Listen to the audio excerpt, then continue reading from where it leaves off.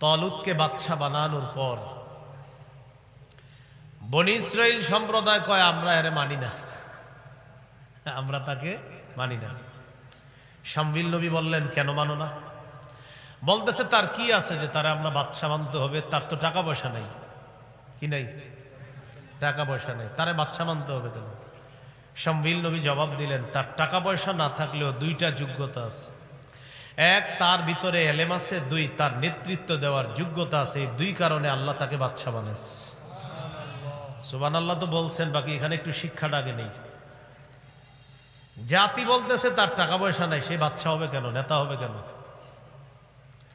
আমাদের এই যুগের মধ্যেও কিছু মানুষের মানসিকতা এমন যে নেতা মানি হলো টাকা পয়সা ঢালতে হবে, আমাদের উপর খরচ করতে হবে, আমারে অমুকে এসে 500 দিতে হবে, তাহলে চিন্তা করবো আমি কি করবো। আরেকজনে 1000 দিলে চিন্তাটা ঘুরামো, 2 দিলে চিন্তা আরো ঘুরামো। তো এই জন্য আমাদের নেতৃত্বে যারা বসে এই বেচারা কি করবে? কারণ আপনারা তো এরকম গোবর মার্কা মস্তিষ্ক নিয়ে চা দোকানের সামনে চা খানার পাউডার লারান, আসেন 500 না 1000 না আরো এরকম হাতায় আনেন। উনি 100-200 কোটি টাকা খরচ করে নেতৃত্বে বসে, এখন ওনার এই টাকা তো উনি উঠাইতে হবে, তখন রডের পরিবর্তে বাঁশ দেয়। দোষটা তো আমাদের। তাহলে নেতৃত্বের যোগ্যতা কি টাকা? এলেম থাকা, এই তো মাশাআল্লাহ এলেম। আর হলো নেতৃত্বের গুণ থাকা। এই জন্য কোনো আলেমকে যদি নেতৃত্বে বসায়া দেন, আপনাদের পাশের কমলনগর লক্ষ্মীপুরের মাওলানা খালেদ সাইফুল্লাহ সাহেব হাফিজ জুজুর রহমতুল্লাহ আলাইহির জামাই, উনি বাংলাদেশকে দেখায় দিতেছে যে নেতৃত্ব কিভাবে দিতে হয়। দেখায় দিচ্ছে না? উনি বুঝাইতেছে একজন আলেমরে দায়িত্ব দেন, অন্তত গম এলাকায় যতটুকু আসবে ততটুকুই পাবেন, কিছু অন্য দিক দিয়ে এদিক সেদিক যাবে না, এটা বুঝাইতেছে। আল্লাহ আমাদেরকে বুঝার তৌফিক দান করেন। বনি ইসরাইল কয় না আমরা মানি না। কেন? কয় সে আমগো নেতা হবে কেন, তার তো টাকা পয়সা নেই। সর্বশেষ শামবিল নবী বুঝাইলেন না, তিনি নেতা তোমাদের, আল্লাহ বানাইছে। এবার বনি ইসরাইল একটা আবদার জানাইলো, আচ্ছা সে যে নেতা, কোনো দলিল আছে? তখন শামবিল নবী বললেন একটা দলিল আছে। কি দলিল? তোমাদের হারিয়ে যাওয়া বরকতি বাক্সটা ফেরেশতারা তোমাদের কাছে নিয়ে আসবে, জিহাদের আগে আগে তোমাদের কাছে পৌঁছায়া দিবে, এটা হবে তার বাদশা হওয়ার দলিল। মনে আসেনি হারানো বাক্স? তাবুত। হ্যাঁ তাবুত। আল্লাহর কি কুদরত, একদিন ফেরেশতারা বহন করে হারিয়ে যাওয়া বরকতি বাক্স বনি ইসরাইলের এলাকায় আইসা রেখে গেছে। তাহলে বরকতি বাক্স পাওয়া গেল, বাদশা পাওয়া গেল। বাক্সের নাম তাবুত, বাদশার নাম তালুত। মনে থাকবে নি? আচ্ছা হ্যাঁ, তাবুত আর তালুত। হ্যাঁ, বাদশা তালুত এবার মুজাহিদ বাহিনীরে রওনা করবে, লড়াই করবে জালুতের বিরুদ্ধে। কার বিরুদ্ধে? হ্যাঁ জালুত, এক জালেমের বিরুদ্ধে। জালুত, জালুত হলো এক জালেম, তার বাহিনীর সাথে লড়াই করতে হবে। বাদশা তালুত মুজাহিদদেরকে নিয়ে রওনা করছে। খুব মনোযোগ দিতে হবে, এদিক সেদিক তাকাইলে কথাগুলা বোঝা যাবে না। তালুত জাতিকে নিয়ে রওনা করার সময় সামনে একটা নদী পড়ছে। নদীর সামনে গিয়ে তালুত বললেন, এখন আল্লাহ তোমাদেরকে নদী দিয়ে পরীক্ষা করবে। কি পরীক্ষা? জিহাদের ময়দানে গিয়ে আমার কথা কতটুকু মানবা, এটার একটা টেস্ট পরীক্ষা এখন হবে।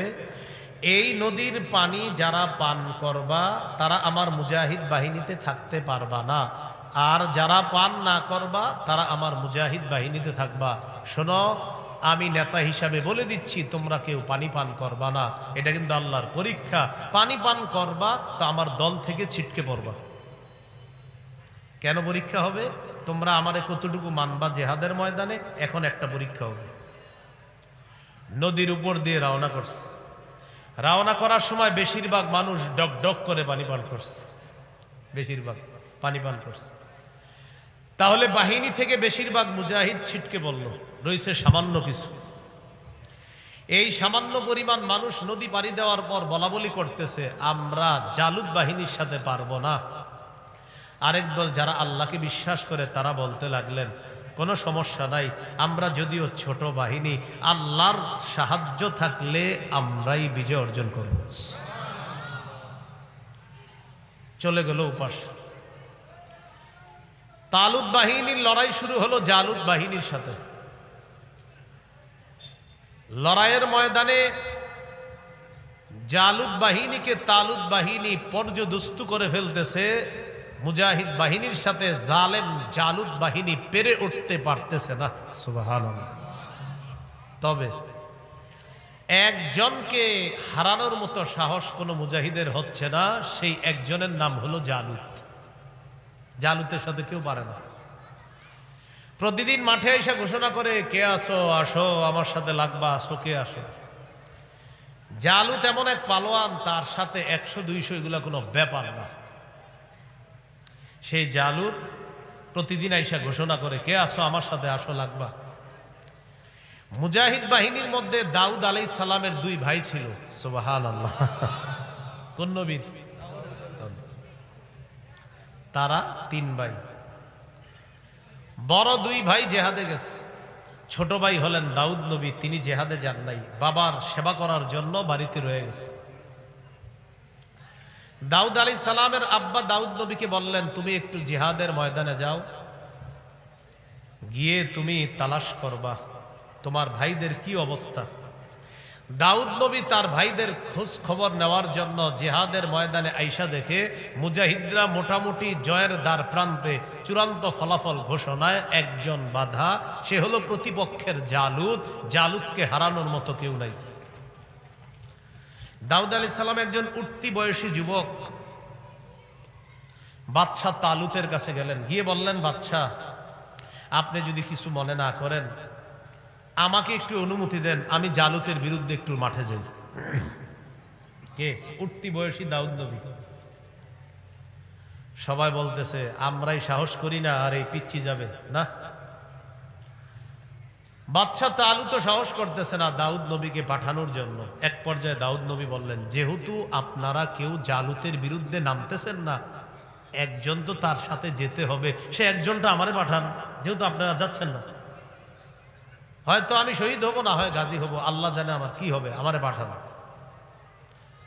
বাদশাহ তালুত চিন্তা করলো, ঠিকই তো, কেউ যেহেতু যাইতেছি না, একজন তো যেতে হবে, না হয়তো ফলাফল আসবে না। আচ্ছা যাও, তুমি যাও।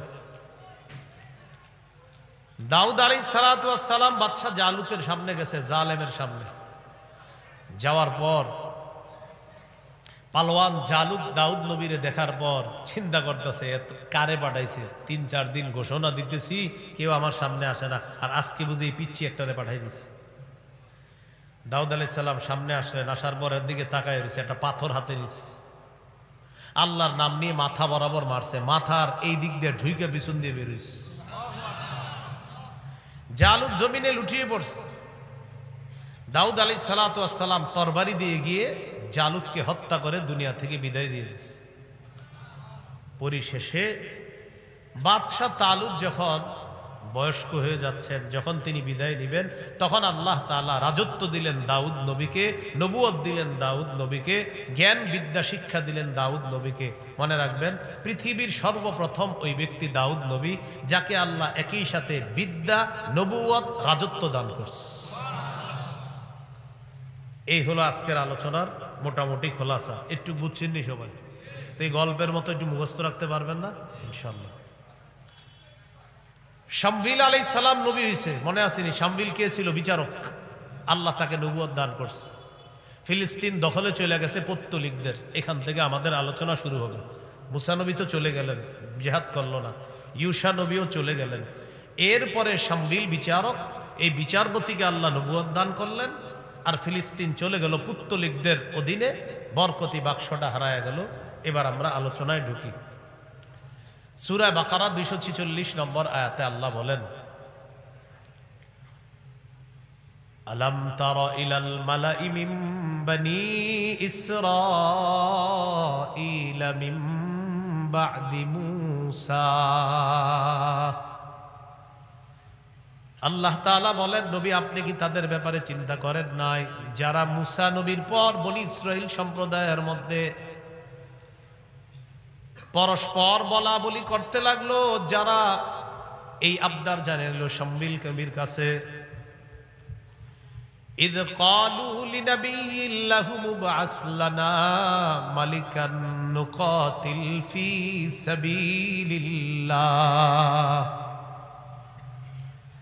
বনি ইসরাইল শাম্বিল নবীর কাছে আবেদন জানায়, ও শাম্বিল পয়গম্বর, ইবআস লানা মালিকা, আমাদের জন্য একজন বাদশা নিয়োগ করে দেন, নুকাতিল ফি সাবিলিল্লাহ, যেই বাদশার অধীনে আমরা আল্লাহর রাস্তায় লড়াই করব।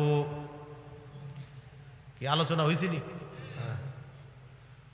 শাম্বিল নবী তাদেরকে বললেন, ক্বালা হাল আসাইতুম ইন কুতিবা আলাইকুমুল কিতালু আল্লা তুকাতিলু। তোমাদের অভ্যাস অনুযায়ী আমি বলতে পারি, আমার কেন যেন মনে হচ্ছে জিহাদ ফরজ করার পর তোমরা জিহাদ করবা না, পিছনে হটবা, আর তোমাদের অতীতের অভ্যাস।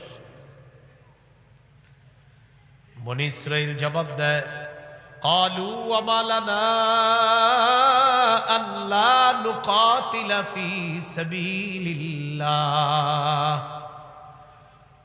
কেন আমরা লড়াই করব না? ওয়াকাদ উখরিজনা মিন দিয়ারিনা ওয়া আবনাইনা, আমরা কেন লড়াই করব না? ওয়াকাদ উখরিজনা, আমাদেরকে বের করে দেওয়া হয়েছে, মিন দিয়ারিনা, আমাদের ঘর বাড়ি থেকে, ওয়া আবনাইনা, আমাদের সন্তানদের থেকে আমাদেরকে বঞ্চিত করা হয়েছে, কেন আমরা লড়াই করব না? শাম্বিল নবী বললেন, আমার মনে হচ্ছে তোমরা পিছনে হটবা।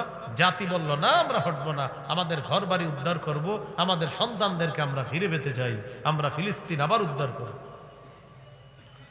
এবার মজার ঘটনা দেখেন, ফালাম্মা কুতিবা আলাইহিমুল কিতাল, যখন তাদের উপর জিহাদ ফরজ করা হলো, তাওয়াল্লাউ ইল্লা কালিলাম মিনহুম, কিছু সংখ্যক ছাড়া বেশিরভাগ পিছনে হটলো। নবীর কথা ঠিক আছে না? সন্দেহ আশঙ্কা ঠিক আছে। তাহলে জিহাদের ফরজ বিধান যখন এসে গেল, পিছনে হটলো। এই জাতীয় স্বভাবের লোক এই যুগেও পাবেন। মনে করেন আমাদের দেশে বিজ্ঞ মুফতি সাহেবরা কখনো যদি জিহাদের বিধানের এই ফতুয়া দেয়, যেমন এখন তো আমরা ওয়াজ করি, ভাই কারা কারা জিহাদ করবেন, আমি নিশ্চিত এখানেও সবাই বলবো, হুজুর আমরা সবাই রাজি আছি। যখন নাকি মুফতি সাহেবরা ফতুয়াটা দিয়ে দিবে, ভাই এখন জিহাদ ফরজ, তখন বলবে সবাই তো যাবে, আমি না গেলেও চলবে, সবাই যাবে, আমি না গেলেও চলবে। জিহাদের নিয়ত আসেনি সবার? আছে? না থাকলে মুনাফিক হয়ে মরতে হবে। সহিহ মুসলিমের বর্ণনা 1910 নম্বর হাদিস, ক্বালা রাসূলুল্লাহ সাল্লাল্লাহু আলাইহি ওয়াসাল্লাম, মান মাতা ওয়া লাম ইয়াগজু আও লাম ইউহাদ্দিস বিহি নাফসাহু মাতা আলা শু'বাতিন মিনান নিফাক। নবীজি বলেন, কেউ যদি মারা যায় জিহাদ না করে অথবা জিহাদের সংকল্প না করে, সে মুনাফিকই মৃত্যুবরণ করবে, নাউযুবিল্লাহ। জিহাদের নিয়ত থাকতেই হবে মুসলমানের। একবার দুইবার, একবার দুইবার, মাঝখানে যে একটা সময় গেল, এই একবার দুইবার মাঝখানে একটা সময় হয়েছে না? দুইবারের মাঝখানে قال رسول الله صلى الله عليه وسلم من قاتل في سبيل الله فوق ناقة وجبت له الجنة। কোন ব্যক্তি যদি উটের দুধ দুইবার পান করা, দুইবার উটের দুধ পান করার মাঝে যেই পরিমাণ সময়, দুইবার উটের দুধ পান করার মাঝে যেই পরিমাণ সময়, এতটুকু যদি আল্লাহর রাস্তায় লড়াই করে, তার উপর আল্লাহর জান্নাত ওয়াজিব হয়ে যায়। এতটুকু নিয়ত আসেনি? আগে দিয়ে আওয়াজটা এতটুকু ছিল না, এখন নিয়ত আসেনি সবার? নিয়ত থাকতেই হবে। এলাকার নাম কি? লক্ষ্মীপুর। দেখেন, এই লক্ষ্মীপুর থেকে আপনি নিয়ত করছেন, আল্লাহ আপনি যদি কখনো সুযোগ দেন আমি শহীদ হব, নিয়ত করছেন। এই নিয়ত করার পর কোনো কারণে সুযোগটা আসে না, কিন্তু আপনি পাক্কা নিয়ত, আল্লাহ আমার পাক্কা ইরাদা, আমি শহীদ হওয়ার কোনো সুযোগ পেলে আমি শহীদ হব। আপনার পাক্কা নিয়ত ছিল এরকম। এরকম যদি নিয়ত করতে পারেন কি হবে? সহিহ মুসলিমের বর্ণনা 1909 নম্বর হাদিস, قال رسول الله صلى الله عليه وسلم من سأل الله الشهادة بصدق বাল্লাগাহুল্লাহু মানাজিলাশ শুহাদাই ওয়া ইন মাতা আলা ফিরাশিহি। কোন ব্যক্তি যদি দিল থেকে নিয়ত করে আমি শহীদ হব, এই ব্যক্তি নিয়ত করার পর লক্ষ্মীপুর তার ঘরের বিছানার মধ্যে লোকটা মারা গেছে, নিয়ত ছিল আমি শহীদ হব, কিন্তু ঘরের বিছানায় লোকটা মারা গেছে। আল্লাহ তাআলা তার মনের খবর জানে, আসলে লোকটা শহীদ হওয়ার তামান্না ছিল। নবীজি বলেন তার নিয়ত বিশুদ্ধ হওয়ার কারণে আল্লাহ তাআলা তাকে শহীদদের মর্যাদায় পৌঁছায় দিবে। তবে জিহাদ ফরজের ফতোয়া আসলে করবো তো ইনশাআল্লাহ। আল্লাহ তাআলা তৌফিক দান করেন। একটা হাদিস শুনে আবু দাউদের 2520 নম্বর হাদিস, 2520। উহুদের যুদ্ধে মুসলমানদের শহীদ হয়েছে কয়জন? 70 জন।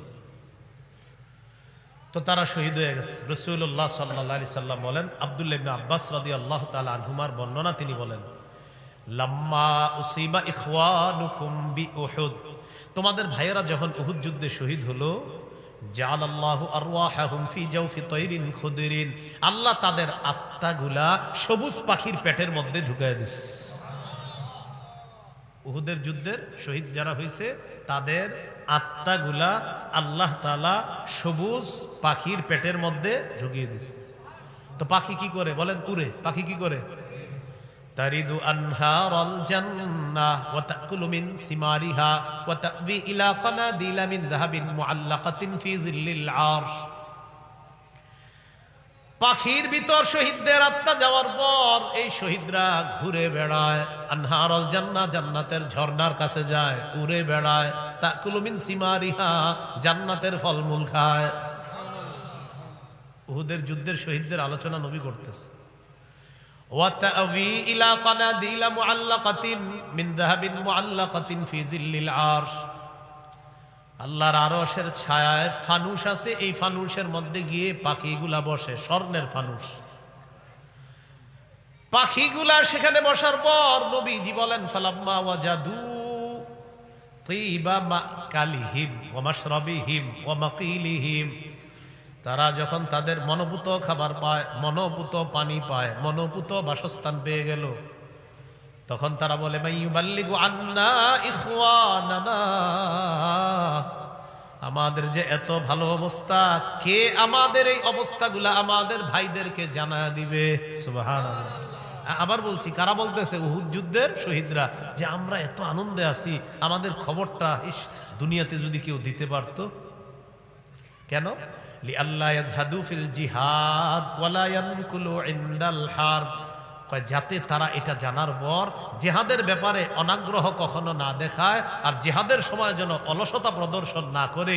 ইস, আমাদের এই অবস্থা যদি তাদেরকে কেউ জানাইতে পারতো, তো আমার দুনিয়ার ভাইয়েরা জিহাদের প্রতি কখনো অনাগ্রহ দেখাইতো না, অলসতা করতো না। এটা শহীদরা জান্নাতে বৈশা বৈশা বলতেছে, ওই স্বর্ণের ফানুসের উপর ঝুলে ঝুলে বলতেছে। আল্লাহ তাআলা ওই শহীদদেরকে বললেন, উবাল্লিগুহুম আনকুম, আমি আল্লাহ তোমাদের ব্যাপারটা দুনিয়ার সবাইরে জানাই দিচ্ছি। তখন আল্লাহ সূরা আলী ইমরানের 169 নম্বর আয়াতটা নাজিল করছে। কোন সূরা? সূরা আলী ইমরানের 169 নম্বর আয়াত। হাফিজি কোরআন মাজিদ অনুযায়ী আপনার ওই 4 নম্বর পারা 11 নম্বর পৃষ্ঠায় পাবেন। আল্লাহ তাআলা বলেন, ওয়ালা তাহসাবান্নাল্লাযীনা কুতিলু ফি সাবিলিল্লাহি আমওয়াতা, যারা আল্লাহর রাস্তায় শহীদ হয়ে যায় তাদেরকে তোমরা মৃত মনে করো না। বাল আহইয়াউন ইনদা রাব্বিহিম ইউরযাকুন, বরং তারা জীবিত, আল্লাহর কাছে তাদেরকে রিজিক দেওয়া হয়, খাবারের ব্যবস্থা করা হয়। তাহলে শহীদদেরকে তোমরা মৃত মনে করো না, তারা জীবিত, তাদেরকে রিজিক দেওয়া হয়, তাদের খাবারের ব্যবস্থা করা হয়। শহীদরা টেনশন করতেছিল, আমাদের কথাটা কে পারবে দুনিয়াতে পৌঁছাইতে। আল্লাহ বলেন, আমি শুধু দুনিয়ার তোমার সাথীদেরকে না, সারা দুনিয়াবাসীকে জানায়া দিচ্ছি। কোরআনের আয়াত আল্লাহ নাজিল করে। তাহলে শহীদ হওয়ার নিয়ত আসেনি সবার? জিহাদের নিয়ত আসেনি সবার? আল্লাহ তৌফিক দান করেন। সহিহ বুখারীর বর্ণনা 3123 নম্বর হাদিস, 3123 মানে 3123। এই হাদিসের বর্ণনাকারী আবু হুরায়রা রাদিয়াল্লাহু তাআলা তিনি বলেন, তাকাফফালাল্লাহু লিমান জাহাদা ফি সাবিলিল্লাহ লা ইউখরিজুহু ইল্লাল জিহাদু ফি সাবিলিহি ওয়া তাসদীকু কালিমাতিহি বিআই ইউদখিলাহুল জান্নাহ আও ইয়ারজি'হু ফি মাসকানিহি আল্লাযী খারাজা মিনহু মা নালা মিন আজরিন আও গনিমা। নবীজি বলেন, কোন ব্যক্তি যদি জিহাদ করে, এই ব্যক্তি জিহাদের নিয়তেই যদি বের হয়, আল্লাহর কথাগুলো বিশ্বাস করে যদি সে জিহাদ করে, আল্লাহ তাআলা দায়িত্ব নিয়ে নেয়, হয়তো তাকে শহীদ করে জান্নাতে পৌঁছায়া দিবেন, না হয় প্রচুর ধন সম্পদ গনিমতের মাল দিয়ে তাকে তার ঘরে আল্লাহ পৌঁছায়া দিবেন। শামবিল নবী বললেন, জিহাদ ফরজ করা হলে তোমরা পিছু হটবা। শামবিল নবীর কথা সঠিক। ফালাম্মা কুতিবা আলাইহিমুল কিতালু তাওয়াল্লাউ ইল্লা কালিলাম মিনহুম, যখন তাদের উপর জিহাদ ফরজ করা হলো তাদের বেশিরভাগ পিছু হটলো, কিছু ছাড়া। আমি জানতে চাই, মাঠের মধ্যে যারা আছি, জিহাদ যদি ফরজ হয় আমরা কি কিছু থাকবো না সবাই থাকবো? সত্যি তো? আল্লাহ কবুল করেন। আল্লাহ বলে, যারা পিছু হটবে তারা জালেম। ওয়াল্লাহু আলিমুম বিজ্জালিমিন, যারা পিছু হটবে তারা জালেম। জালেমদের ব্যাপারে আল্লাহ জানেন। জালেম হওয়া থেকে আল্লাহ আমাদেরকে হেফাজত করে মুজাহিদ হওয়ার তৌফিক দান করেন। এবার দেখি আপনাদেরকে একটু পরীক্ষা করি। এবার তাদের একজন বাদশা দরকার। বাদশার নাম যেন কি হবে? আলেমরা বললেন না, একজন বাদশা দরকার তাদের। নবীরে বলছে, আমাদের একটা বাদশা নিযুক্ত করো, তার অধীনে আমরা লড়াই করব, যে আমাদের জিহাদে নেতৃত্ব দিবে, বাদশাহী করবে। বাদশার নাম কি? মাশাআল্লাহ, কি নাম? তালুত। শামবিল নবী এবার বললেন, وقال لهم نبيهم إن الله قد بعث لكم طالوت ملكا। প্রথম বিষয় জানতে পারলাম, জিহাদ ফরজ হয়ে গেল, কিছু মুজাহিদ টিকে আছে, জিহাদ ফরজ হলো, বাস। এবার দরকার জিহাদে নেতৃত্ব দেওয়ার মতো একজন যোগ্য নেতা। শামবিল নবী বললেন, ইন্নাল্লাহা ক্বাদ বাআসা লাকুম তালুতা মালিকা, আল্লাহ তাআলা তোমাদের জন্য তালুত নামে একজন বাদশা নিযুক্ত করেছেন।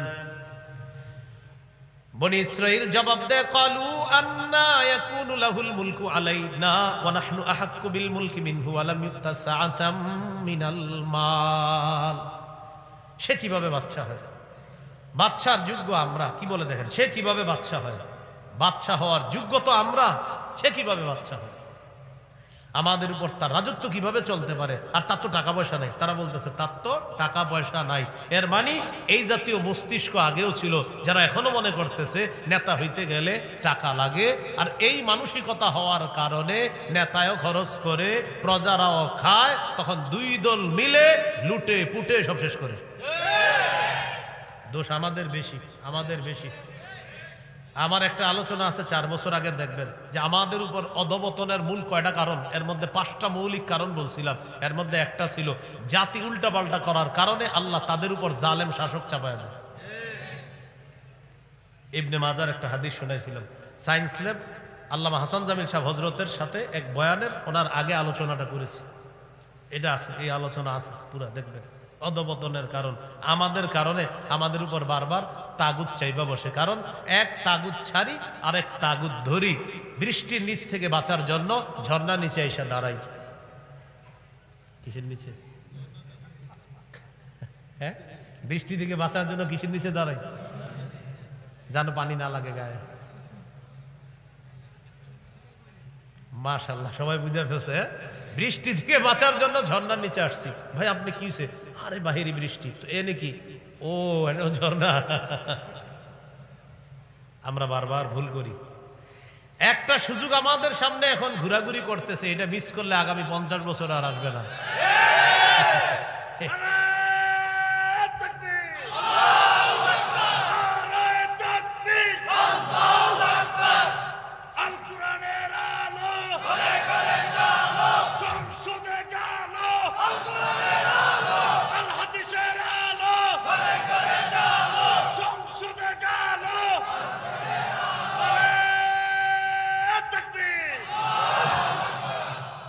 এটা সুন্দর কথা বলছে। সংসদে কোরআন হাদিসের আইন এটা দেখতে চাই আমরা। এই জন্য 3টা দোয়া ডেলি করতে হবে আপনাদের। কয়টা দোয়া?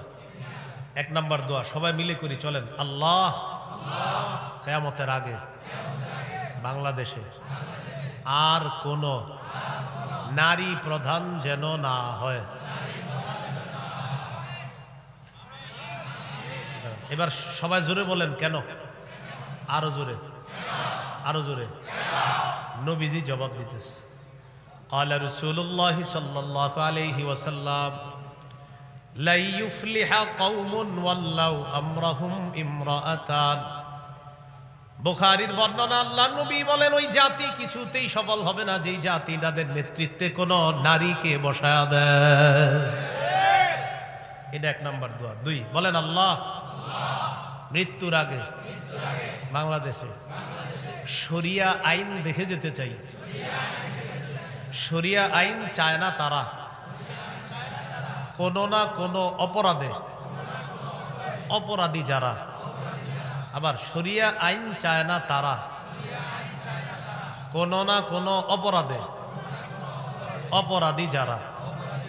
চোর শরিয়া আইন চাইবে না, হাত কাটা যাবে। ধর্ষক শরিয়া আইন চাইবে না, তাকে পাথর মেরে হত্যা করা হবে। এই জন্য শরিয়া আইন চায় না কারা? কোন না কোন অপরাধে অপরাধী যারা। এটা আপনারা গেঞ্জির পিছনে লেখা আর এগুলাতে লিখে দিন, শরিয়া আইন চায় না তারা কোন না কোন অপরাধে অপরাধী যারা।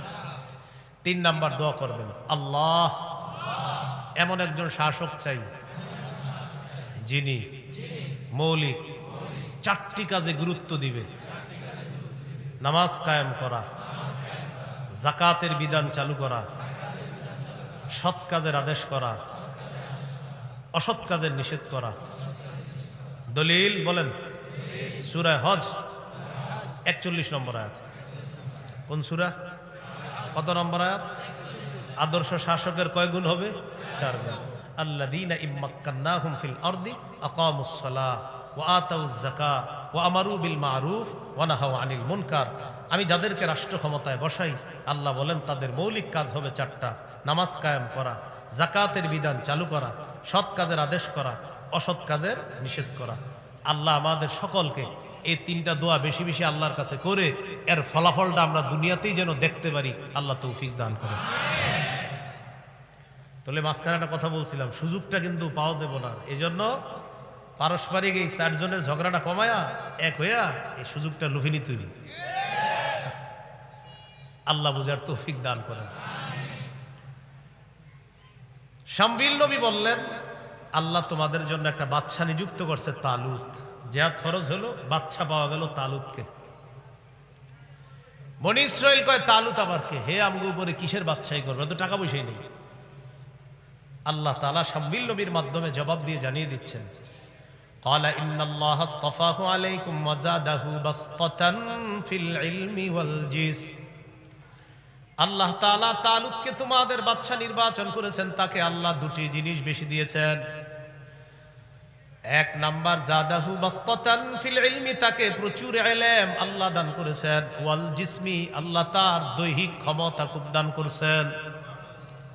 জিসম শারীরিক অবকাঠামো, দৈহিক আকৃতি গঠন, পালোয়ান, সে জিহাদের ময়দানে নেতৃত্ব দিতে পারবে। এই 2 গুণ আছে তার। ওয়াল্লাহু ইউতি মুলকাহু মাইয়াশা ওয়াল্লাহু ওয়াসিউন আলিম। আল্লাহ যাকে চান তাকে রাজত্ব দান করেন। আল্লাহ প্রাচুর্যের অধিকারী, আল্লাহ সর্বজ্ঞানী। তাহলে জিহাদ ফরজ হলো, জিহাদের নেতাও পাওয়া গেল, নাম হলো তালুত। এবার বনি ইসরাইল কয় সব বুঝলাম, তালুত যে আমগো নেতা, এটার দলিল কি? আমি কিন্তু আগেই বলছিলাম দলিলটা, ওই হারিয়ে যাওয়া বাক্সটা ফেরেশতারা তাদের কাছে দিয়ে যাবে জিহাদের ময়দানে, এটা যেন রাখতে পারে। তারা বলল দলিল চাই। وقال لهم نبيهم إن آية ملكه أن يأتيكم التابوت فيه سكينة من ربكم وبقية مما ترك آل موسى وآل هارون تحمله الملائكة ইন্না ফি যালিকা লাআয়াতাল লাকুম ইন কুনতুম মুমিনিন। তালুত তোমাদের বাদশা হবে, তোমাদের নেতা হবে, জিহাদের নেতৃত্ব দিবে, সে যে তোমাদের বাদশা এটার দলিল হলো তোমাদের হারিয়ে যাওয়া বরকতি বাক্স তোমাদের কাছে ফিরে আসবে। কিভাবে ফিরে আসবে বলতেছে, তাহমিলুহুল মালাইকা, ফেরেশতারা এটা বহন করে নিয়ে আসবে। যেই বাক্সের মধ্যে সাকিনাতুম মির রাব্বিকুম, আল্লাহর পক্ষ থেকে সাকিনাস, স্বর্ণাস, খাজানাস, তাওরাতের কপি আছে, ওয়া বাকিয়াতুম মিম্মা তারাকা আলু মূসা ওয়া আলু হারুন, মূসা নবী, হারুন নবীর পরিবারের অনেক স্মৃতি আছে এই বাক্সের ভিতর। এই বাক্সটা তোমাদের কাছে ফিরে আসবে। জিহাদের আগে বরকতি বাক্সটা ফিরে আসছে। বাক্স আসার পর প্রমাণ হয়ে গেল তালুত জিহাদের নেতৃত্ব দিবে। তাহলে তিনটা বিষয় পাইলাম, জিহাদ ফরজ হলো, নেতা পাওয়া গেল, বরকতি বাক্সটাও পাওয়া গেছে। এবার রওনা করছে জিহাদে। ফালাম্মা ফাসালা তালুত বিল জুনুদি ক্বালা ইন্নাল্লাহা মুবতালিকুম বিনাহার। তালুত যখন সেনাবাহিনী নিয়ে নদীর উপর দিয়ে পাড়ি দিচ্ছেন, তালুত তাদেরকে বললেন, ইন্নাল্লাহা মুবতালিকুম বিনাহার, আল্লাহ তাআলা তোমাদেরকে নদী দিয়ে পরীক্ষা করবে। কি দিয়ে? নদী দিয়ে পরীক্ষা করবে। জিহাদ ফরজ হলো, নেতা পাওয়া গেল, বরকতি বাক্স পাওয়া গেল, জিহাদ পাওয়া গেল, নেতা তালুতকে পাওয়া গেল, বরকতি বাক্স তাবুত পাওয়া গেল। এবার 4 নাম্বার পরীক্ষা হবে, বাদশাহ তালুতকে জিহাদের ময়দানে নেতা হিসাবে সেনাবাহিনী কতটুকু মানবে, এটা পরীক্ষা হবে। তালুত বলে দিলেন, আল্লাহ এখন পরীক্ষা করবে। কি পরীক্ষা? নদীর পানি যারা পান করবা তারা আমার মুজাহিদ বাহিনীতে থাকতে পারবা না, যারা পান না করবা তারাই আমার সাথে থাকতে পারবা। গুরুত্বপূর্ণ একটা বিষয় আমাদের সামনে এসে দাঁড়িয়ে গেল। বলেন ইতাআত, বলেন সবাই। আরে এটা নিয়ে তো দুনিয়া গরম এখন। বলেন ইতাআত, আনুগত্য। কি গত্য? সূরা নিসা 59 নম্বর আয়াত, আল্লাহ বলেন, ইয়া আইয়ুহাল্লাযীনা আমানু আতিউল্লাহ ওয়া আতিউর রাসূল ওয়া উলিল আমরি মিনকুম। হে ঈমানদারগণ, তোমরা আল্লাহর আনুগত্য করো, রাসূলের আনুগত্য করো। তোমাদের মাঝে যারা দায়িত্বশীল হবে, শাসক হবে, আমির হবে, নেতা হবে, তার আনুগত্য করো। বলেন কয় ধরনের আনুগত্য? আমার সাথে বলেন, আল্লাহর আনুগত্য নিঃশর্তভাবে করতে হবে। রাসূলের আনুগত্য আল্লাহর হুকুমে নিঃশর্তভাবে করতে হবে। শাসকের আনুগত্য, আমিরের আনুগত্য নিঃশর্তভাবে করা যাবে না। বলেন আল্লাহর আনুগত্য নিঃশর্তভাবে, রাসূলের আনুগত্য আল্লাহর হুকুমে নিঃশর্তভাবে। রয়ে গেল শাসক, আমির, দায়িত্বশীলের আনুগত্য নিঃশর্তভাবে করা যাবে না। শাসকের আনুগত্য, আমিরের আনুগত্য, জিহাদের ময়দানে নেতার আনুগত্য করার পূর্বে শর্ত হলো, বলেন যতক্ষণ পর্যন্ত আমির নাফরমানির কথা না বলবে, কোরআন হাদিসের আজায়রা ব্যাখ্যা না দিবে, ততক্ষণ তার অনুসরণ করা যাবে। কি করা যাবে? যতক্ষণ নাফরমানির কথা না বলবে, আন্দাজি কোরআন হাদিসের ব্যাখ্যা না দিবে, ততক্ষণ তার কথা মানা যাবে। তাও আবার আমির যদি বানানো হয় তাকে, অটো আমিরকে না। কোন আমিরকে? যারে আমির বানানো হয় তাকে। এখন তো পুরা দুনিয়া গরম অটো আমির নিয়ে। না না, শোনেন শোনেন, কারণ আমির মানা যাবে না কেন নিঃশর্ত ভাবে? আমার সাথে বলেন সহিহ বুখারী 7144। কলম টলম থাকলে এটা লিখে রাখেন, কারণ কালকে থেকে এটা আরো 10 জনে শোনাইবেন। সহিহ বুখারী 7144, সহিহ বুখারী 4340, সহিহ বুখারী 7144, সহিহ বুখারী 4340। দুটি হাদিস আপনাদেরকে শোনাই। প্রথমটা মোটামুটি মনে রাখলে চলবে, দ্বিতীয়টা মনে রাখতেই হবে গল্পের মতো। শোনেন মন দিয়ে। সহিহ বুখারী 7144 নম্বর হাদিস। এই হাদিসে নবী বলেন, قال رسول الله صلى الله عليه وسلم السمع والطاعة على المرء المسلم فيما أحب وكره ما لم يؤمر بمعصية। নবীজি বলেন আমির ততক্ষণ মানা যাবে, মুসলমান ততক্ষণ আমির মানতে হবে, শাসক মানতে হবে, ততক্ষণ দায়িত্বশীল মানতে হবে যতক্ষণ গুনাহের কথা না বলে। ফাইদা উমিরা বিমাসিয়া, যদি নাফরমানির হুকুম করা হয়, নাফরমানির কথা বলা হয়, ফালা সামআ, তার কথা শোনা যাবে না, ওয়ালা তাআতা, তার ইতাআত করা যাবে না। তার কথা শোনা যাবে না, তার ইতাআত, তার আনুগত্য করা যাবে না।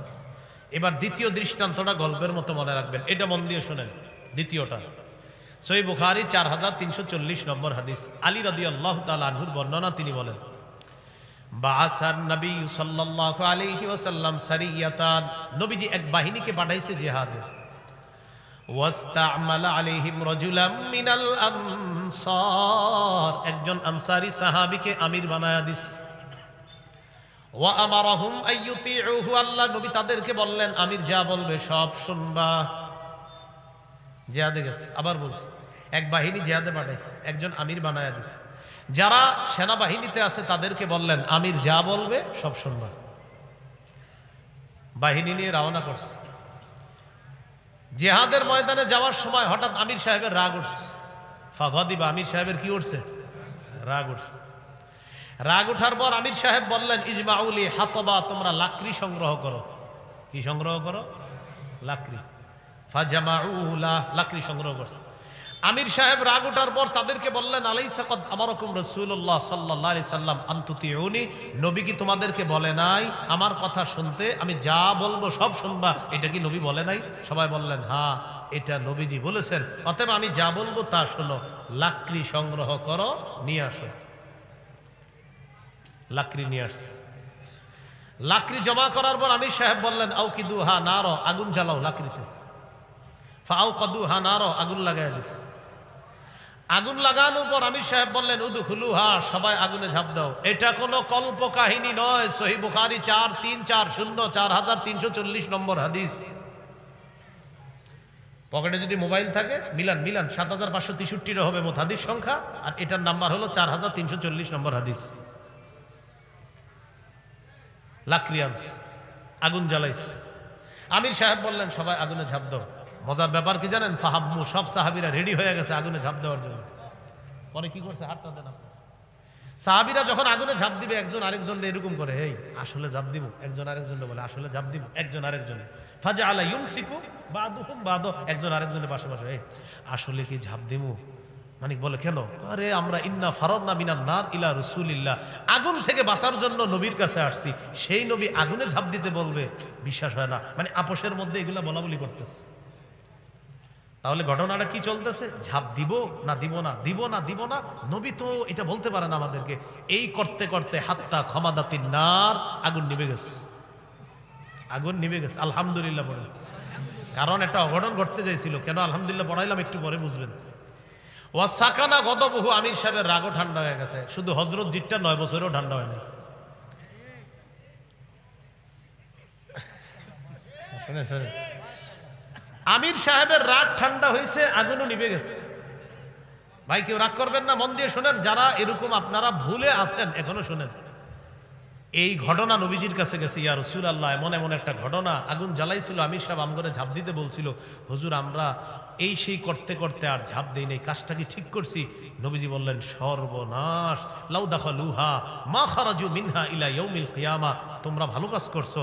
তারা যদি আমিরের কথা মাইনা আগুনে ঝাঁপ দিত, কিয়ামত পর্যন্ত আগুনে থাকতো, আগুন থেকে বের হতে পারতো না। হাদিসের শেষে নবী বললেন যা আমির বলবে তাই শুনবা না, ইন্নামাত তাআতু ফিল মারুফ, শুধু ন্যায়সঙ্গত কথা আমির বললে সেটা শুনবা। উল্টা পাল্টা ব্যাখ্যা বিশ্লেষণ দিলে, আলেমরা ভুল ধরায়া দিলে সেই আমিরের কথা শোনাও যাবে না, মানাও যাবে না। আমি যে কথাটা বললাম দলিল সহ না দলিল ছাড়া?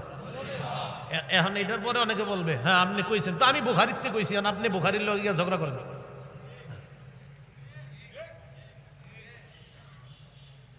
আল্লাহ আমাদেরকে বোঝার তৌফিক দান করেন। মনে আসেনি নদী পাড়ি দিতেছে, পানি যারা পান করবা আমার বাহিনীতে থাকতে পারবা না, যারা পান না করবা তারাই থাকতে পারবা। ফাশারিবু মিনহু ইল্লা কালিলাম মিনহুম, তাদের বেশিরভাগই পানি পান করছে, কিছু ছাড়া। তো পানি পান করার পর মুজাহিদ বাহিনীতে কিছু রয়ে গেছে। ফালাম্মা জাওয়াজাহু হুয়া ওয়াল্লাযীনা আমানু মাহ, তারা যখন নদী পাড়ি দিয়ে ওপারে চলে গেল, কিছু মানুষ বলল লা তাকাতা লানাল ইয়াউমা বিজালুতা ওয়া জুনুদিহি, আজকে জালুত বাহিনীর সাথে লড়াই করার শক্তি আমাদের নাই, আমরা পারবো না। ক্বালা আল্লাযীনা ইয়াযুন্নুনা আন্নাহুম মুলাকুল্লাহ, যারা আল্লাহর সাথে সাক্ষাতের বিশ্বাস রাখে তারা বলল কাম মিন ফিআতিন কালিলাতিন গালাবাত ফিআতান কাসীরাতাম বিইذনিল্লাহ, কত ছোট বাহিনী আল্লাহর হুকুমে বড় বাহিনীকে পরাজিত করেছে। আমরাও ইনশাআল্লাহ আল্লাহর হুকুম থাকলে, ধৈর্যের সাথে জিহাদের ময়দানে অটল থাকলে তাদের বড় বাহিনীকে আমরা হারিয়ে দিব। ওয়ালাম্মা বারাজু লিজালুতা ওয়া জুনুদিহি ওয়া আল্লাহু মা'আস সাবিরিন, ধৈর্যশীলদের সাথে আল্লাহ আছে, এটা বাকি ছিল। ওয়ালাম্মা বারাজু লিজালুতা ওয়া জুনুদিহি, জালুত বাহিনী আর তার সৈন্যদের সাথে লড়াই শুরু হয়ে গেল। ক্বালু রব্বানা আফরিগ আলাইনা সাবরা, মুজাহিদ বাহিনী বলল আল্লাহ আমাদের উপর আপনি সবর ঢেলে দেন, আমাদের কাছে আপনি সবর ঢেলে দেন। ওয়াসাব্বিত আকদামানা, আমাদের পাগুলা আপনি অটল রাখেন জিহাদের ময়দানে। ওয়ানসুরনা আলাল কওমিল কাফিরিন, কাফেরদের বিরুদ্ধে আমাদেরকে সাহায্য করেন। এই কথা বলার পর লড়াই শুরু হয়ে গেল, তুমুল লড়াই। জালুতকে কেউ হারাইতে পারতেছিল না। দাউদ নবী দুই ভাইকে খুঁজতে আইসা ঘটনা জানার পর তালুতের কাছ থেকে অনুমতি নিয়ে তিনি ময়দানে গেলেন, একটা পাথর নিয়ে জালুতকে হত্যা করলেন। ওয়াকাতালা দাউদু জালুতা, দাউদ নবী জালুতকে হত্যা করলেন। ওয়া আতাহুল্লাহুল মুলকা ওয়াল হিকমা ওয়া আল্লামাহু মিম্মা ইয়াশা, আল্লাহ তাআলা দাউদ নবীকে রাজত্ব দিলেন, নবুয়ত দান করলেন এবং আল্লাহ তাকে বিদ্যা শিখিয়ে দিলেন। তাহলে জিহাদের জন্য সবাই কি ইনশাআল্লাহ রাজি আছি? একটু বুঝেন, বলেন চার কথা শিখছি আমরা। কয় কথা বলেন? জিহাদ, নেতা, বরকত, নেতার আনুগত্য। এই আজকের আলোচনায় শিখলাম জিহাদ ফরজ হলো। 2 নাম্বার, তাদের নেতা দরকার, নেতা দিলেন আল্লাহ। নেতা মানতেছিল না, বরকতি বাক্স ফিরাইয়া দিলেন। সর্বশেষ নেতা কতটুকু মানবে পরীক্ষা করলেন। নেতা মানার মাপকাঠি আছে না নাই? আল্লাহকে মানতে গেলে শর্ত নাই, রসুলকে মানতে গেলে আল্লাহর হুকুমে কোনো শর্ত নাই, আর নেতা মানতে গেলে শর্ত আছে না নাই? সর্বশেষ 5টি কথা আমার সাথে বলেন। বলেন ক্রেতা, বিক্রেতা, দ্রব্য, মূল্য, বাজার। এটা মুখস্থ রাইখা ঘরে গিয়ে লিখবেন। বলেন ক্রেতা, বিক্রেতা, দ্রব্য, মূল্য, বাজার। এবার আপনারা কোন?